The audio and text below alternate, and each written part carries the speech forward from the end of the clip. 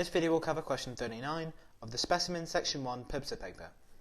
Please note that the solution will be the same as the equivalent ENSA Specimen Section 1 question 56.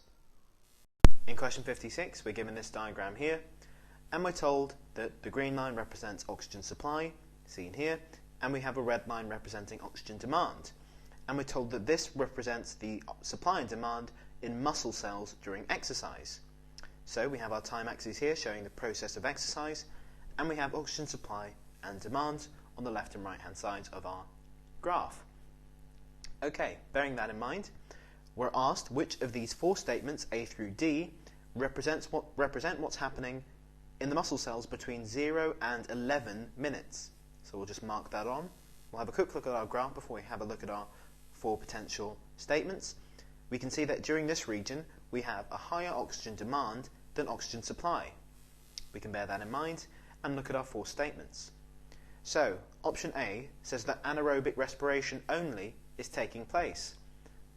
Well, we can say this isn't true because there is at least some oxygen supply, so aerobic respiration is possible.